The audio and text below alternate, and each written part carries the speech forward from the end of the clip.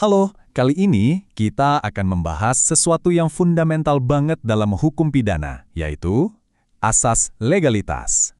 Oke, kita mulai dengan sebuah bayangan. Coba deh, bayangin sejenak. Gimana rasanya hidup di dunia di mana Anda bisa dihukum untuk sesuatu yang pas Anda lakukan, ternyata belum ilegal. Kira-kira, bisa nggak sih ada keadilan di tempat yang aturannya serba seenaknya kayak gitu? Nah, dalam pembahasan singkat ini, kita akan bedah tuntas konsep penting ini. Kita akan lihat sejarahnya, apa sih makna intinya, gimana penerapannya di Indonesia, dan yang paling penting, kenapa ini jadi semacam perisai buat kita semua. Jadi cerita tentang asas ini tuh, jujur aja, nggak dimulai di ruang sidang yang kaku dan hening.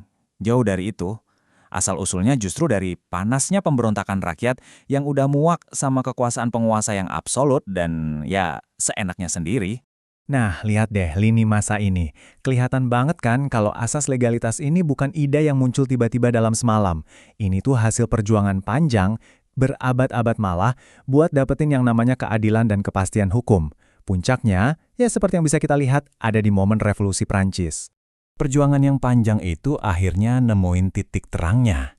Dan ini semua berkat satu orang, seorang ahli hukum dari Jerman. Hebatnya, dia berhasil merangkum ide revolusioner yang kompleks ini cuma jadi satu kalimat aja, tapi sebuah kalimat yang super kuat. Yap, namanya Paul von Feuerbach. Tujuannya kelihatannya simpel ya. Cuma mau mastiin kalau setiap warga negara itu tahu perbuatan mana yang boleh dan mana yang nggak boleh yang bisa dihukum. Tapi justru disitulah letak kekuatannya. Ini cara paling ampuh buat melindungi rakyat dari penguasa yang semena-mena. Dan inilah dia solusinya. Sebuah kalimat dalam bahasa Latin yang akhirnya jadi fondasi hukum pidana modern di seluruh dunia. Dengerin baik-baik ya. Kalau kita artikan secara sederhana, bunyinya gini. Nggak ada kejahatan, nggak ada hukuman, tanpa ada undang-undang yang mengaturnya lebih dulu. Simpel kan? Tapi ini adalah jaminan kepastian yang luar biasa penting. Biar makin kuat dan nggak ada celah, Feuerbach mecah lagi prinsip ini jadi 3 bagian yang saling mengunci. Pertama, nulla poena sine lege. Artinya ya, nggak ada hukuman tanpa hukum tertulis. Jelas. Kedua, nulla poena sine crimine. Nggak bisa ada hukuman kalau nggak ada tindak pidananya. Dan yang ketiga, nullum crimen sine poena legali. Sebuah perbuatan itu nggak bisa disebut kejahatan kalau hukum nggak menetapkan sanksi untuk itu. Wah, logikanya rapat banget kan? Oke, dari adagium Latin tadi, sekarang kita lihat gimana sih wujud nyatanya. Gimana ini semua diterjemahkan jadi 3 pilar perlindungan yang praktis buat kita semua sebagai warga negara. Nah, ini dia 3 pilarnya. Pertama, hukum pidana itu harus tertulis, harus jelas. Kedua, hukum nggak bisa berlaku surut. Dan ketiga, yang nggak kalah penting, dilarang pakai analogi. Para ahli hukum kita, seperti Muljatno misalnya, merumuskan ini supaya prinsip yang tadinya abstrak jadi hak yang nyata buat kita. Nah, ini nih yang sering bikin bingung, tapi penting banget bedanya. Hakim itu boleh loh melakukan penafsiran, artinya memperjelas makna dari hukum yang udah ada. Tapi, yang nggak boleh itu analogi. Hakim sama sekali nggak boleh mengira-ngira atau memperluas hukum buat menciptakan kejahatan baru yang nggak ada di undang-undang. Beda banget kan? Oke, sekarang pertanyaannya, gimana dengan di Indonesia? Apa prinsip fundamental ini juga berlaku di sini? Jawabannya, jelas banget. Prinsip ini tertulis dengan gamblang tepat di jantung hukum pidana kita. Buktinya ada di pasal 1 ayat 1 Kitab Undang-Undang Hukum Pidana. Coba deh baca. Kalimatnya itu persis kayak adagium Feuerbach tadi. Inilah jaminan utama kita soal kepastian hukum di Indonesia. Jadi, pasal ini tuh punya 2 fungsi super penting.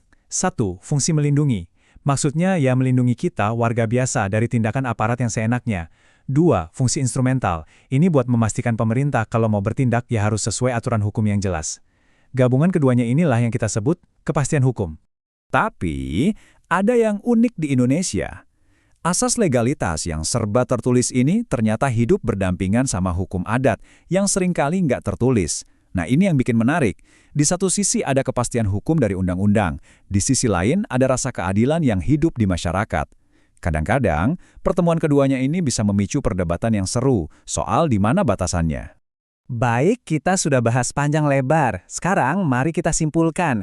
Kenapa sih asas yang umurnya udah ratusan tahun ini masih relevan banget? Kenapa ini penting buat Anda dan saya hari ini? Coba kita lihat lagi perjalanannya. Dari ide revolusioner buat melawan tirani, jadi adagium Latin yang keren, dipecah jadi 3 pilar perlindungan, sampai akhirnya masuk jadi hak fundamental di hukum kita. Jelas kan?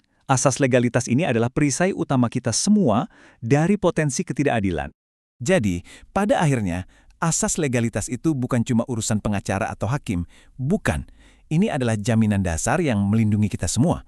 Ini adalah pengingat bahwa keadilan itu harus bisa ditebak, harus jelas, dan harus adil. Untuk semua, tanpa kecuali.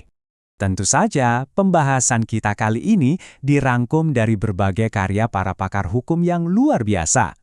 Nah, buat Anda yang penasaran dan mau belajar lebih dalam lagi, buku-buku ini bisa jadi referensi yang bagus banget buat memahami hukum pidana secara utuh. Oke, sekian dari saya. Terima kasih sudah menyimak.